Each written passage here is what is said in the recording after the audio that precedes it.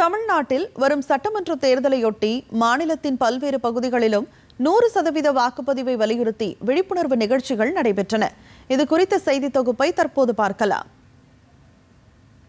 ராமநாதபுரத்தில் உள்ள ஒரு தனியார் கல்லூரியில் தமிழ்நாடு ஊரக வாழ்வாதார இயக்க திட்டத்துறை மற்றும் செய்தி மக்கள் தொடர்புத்துறை மூலம் வாக்காளர் விழிப்புணர்வு நிகழ்ச்சி நடைபெற்றது. இதில் விழிப்புணர்வு குறித்த உறுதிமொழி மேற்கொண்டதுடன் விழிப்புணர்வு குறும்படமும் திரையிடப்பட்டது.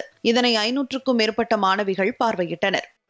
தஞ்சாவூர் மாவட்டம் திருநாகேஸ்வரம் மற்றும் திருபுவனத்தில் மத்திய பாதுகாப்பு படையினர் மற்றும் தமிழக காவல்துறையினர் என 100க்கும் மேற்பட்டோர் பங்கேற்ற அணிவகுப்பு பேரணி நடைபெற்றது. மதுரை ஆயுதப்படை மைதானத்தில் 100% வாக்களிப்பை வலியுறுத்தி காட்சி வடிவில் ஒரு மாபெரும் அணிவகுப்பு உருவாக்கப்பட்டது. மேலும் தேர்தல் விழிப்புணர்வு பாடல் வரிகளுடன் ஒரு கும்மி பாட்டு நிகழ்ச்சியும் நடத்தப்பட்டது. திருவண்ணாமலை மாவட்டம் புதுப்பாளையம் நகரில் துணை ராணுவ படை வீரர்களின் கொடி அணிவகுப்பு ஊர்வலம் நடைபெற்றது. புதுப்பாளையம் காவல் நிலையத்தில் தொடங்கி பஜார் வீதி, வீரானந்தல் சாலை என முக்கிய வீதிகளின் வழியாக சென்ற கொடி அணிவகுப்பு ஊர்வலம் மீண்டும் புதுப்பாளையம் காவல் நிலையத்தில் முடிவடைந்தது. தருமபுரி அருகே கையில் என் ஓட்டு என் உரிமை என மருதாணியால் வரைந்து பெண்கள் விழிப்புணர்வு ஏற்படுத்தினர். இதனையடுத்து வாக்களிப்பதன் முக்கியத்துவம் குறித்து எடுத்துரைத்த பெண்களுக்கு மரக்கன்றுகள் வழங்கப்பட்டன.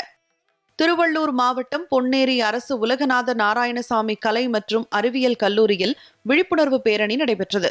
இதில் கலந்து கொண்டு பேசிய அம்மாவட்ட ஆட்சியர் பிரதாப், மீனவ சமுதாய மக்கள் தேர்தலில் 100% வாக்களிக்க பொதுமக்களிடம் விழிப்புணர்வு நிகழ்ச்சி நடத்தப்பட்டதாக தெரிவித்தார்.